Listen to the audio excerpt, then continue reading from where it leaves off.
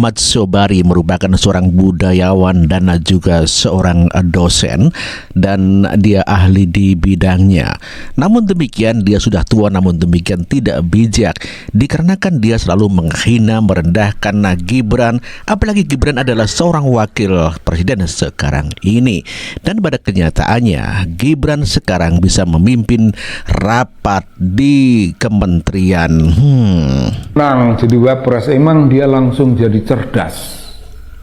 Kalau dia jadi wapres emang dia langsung bijaksana, dia langsung mengerti persoalan. Ya enggak lah, Samsul ya tetap Samsul, kapasitas kesamsulan itu tidak akan berubah, Bung. Belimbing sayur ya belimbing sayur. Jangan mengira bahwa sesudah naik pangkat itu langsung cerdas. Tidak, bahan bakumu segitu. Itulah tadi hinaan dan perendahan yang dilakukan oleh Ahmad Sobari.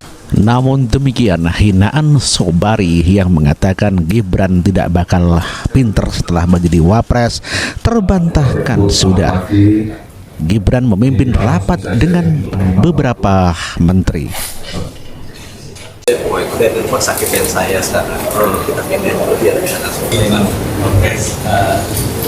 Ini dashboard pengendalian kedaruratan kita. Ini jadi landscape, disaster landscape kita ada di sini. Ini total harian fungsi secara real time. Saat ini data fungsi kita sudah terpilah, termasuk disabilitas, fungsi buah dan seterusnya. Ini daerah 7 km kita, yang kemudian diperbesar menjadi 9 km sektoral barat ini.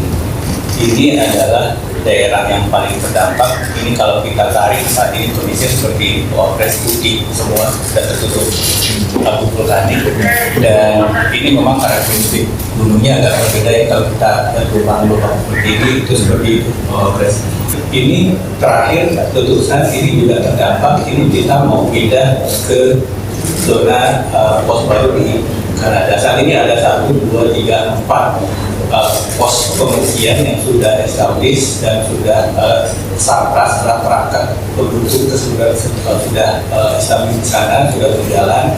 Dan 2 titik ini adalah usulan daerah ke zona relokasi. Yang ini ini 10 km, yang ini 12 km. Jadi saat ini seluruh penduduk di sini kita sterilkan, akses di sini dan di sini kita buka tutup sangat ketat, jadi tidak ada yang keluar masuk, sehingga ini benar-benar kita steril. Total semua yang ada di sini sekitar 12.000-an penduduk, tetapi tidak semuanya mengungsi di Wapres. Jadi dan pada hari keempat itu seluruh koordinator evakuasi semua. Ini kami 2 lantai punya edukasi kepada anak-anak untuk. Dan inilah Menteri Marwarar Sirait menjalankan apa yang disampaikan oleh Wakil Presiden Gibran Rakabuming Raka terkait penanggulangan bencana erupsi di Gunung Lewotobi. Dan inilah penjelasan Marwarar Sirait. Bapak Wapres sudah membicarakan dari berbagai aspek. Yang pertama dari aspek keadaan di sana, tadi sudah dimonitor langsung di pusat pengendalian yang sangat canggih, yang ada 15 lagi yang sudah disiapkan. Kemudian juga bagaimana persiapkan jalur logistik. Kemudian juga dari sisi kesehatan, obat-obat juga tadi sudah dicek, sudah sampai di sana. Kemudian juga dari segi keuangan sudah dikoordinasikan Ibu Menteri Keuangan yang sudah siap disupport dari berbagai aspek. Dan juga kami dari perumahan kami mengkonsultasikan segera supaya sesudah ditentukan oleh Bapak Kepala BMKG titiknya di mana, dan juga rekomendasi bersama dengan kepala daerah ada berapa yang perlu dirotasi, sudah kami menyiapkan supaya menuju ke lokasi rumah-rumah yang sudah siap. Selama ini dengan metode yang cocok dengan keadaan menghadapi situasi bencana, dan juga itu dibuat oleh UMKM UMKM yang ada di Indonesia. Kami juga selalu berusaha untuk memberdayakan UMKM dan koordinasi berjalan dengan baik. Tadi Bapak Wapres juga berkenan dan akan turun ke lapangan.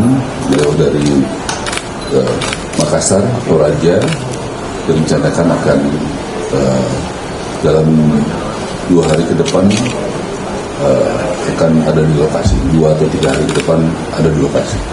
Jadi saya pikir itu koordinasinya dan diminta untuk di depan untuk mengkoordinir Bapak Kepala BMKG, BPBD, dan itu sudah dilakukan dengan sangat baik oleh Bapak Kepala BNPB, dan kami semua satu koordinasi dengan baik. Kita rumah yang sudah berapa? 1.100 ya, keadaan baik ya, dan sudah ready yang akan segera jalan. Kira-kira 8 hari bisa sampai, 9 hari? 9 hari sudah bisa, kita perkirakan bisa sampai di lokasi.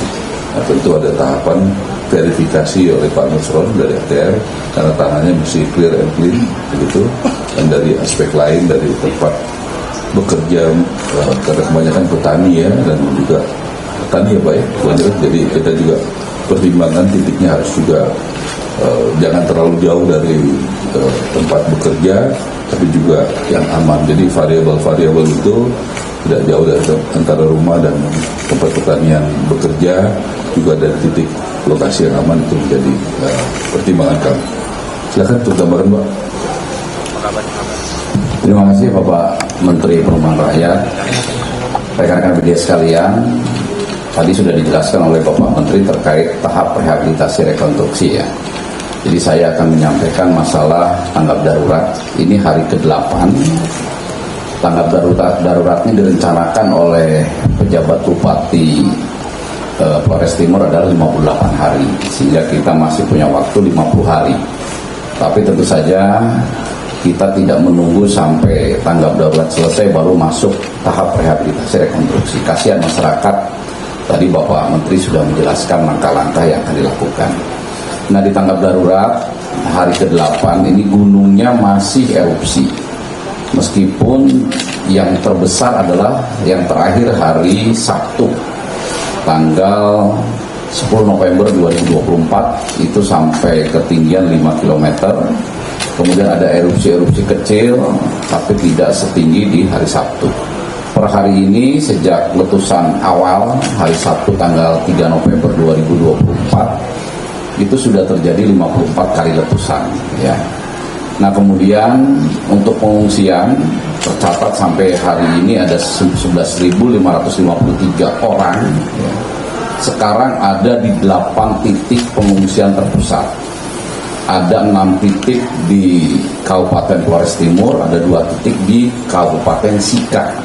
Nah, yang di Kabupaten Sika 2 titik ini pun secara lambat laun nanti akan dipindah ke Flores Timur. Sudah ada beberapa titik, nanti saat ini dalam proses pemindahan. Kenapa dipindahkan? Karena abu itu mengarahnya ke barat dan barat daya, sehingga tempat pengungsian di Kabupaten Sika ini terdampak abu.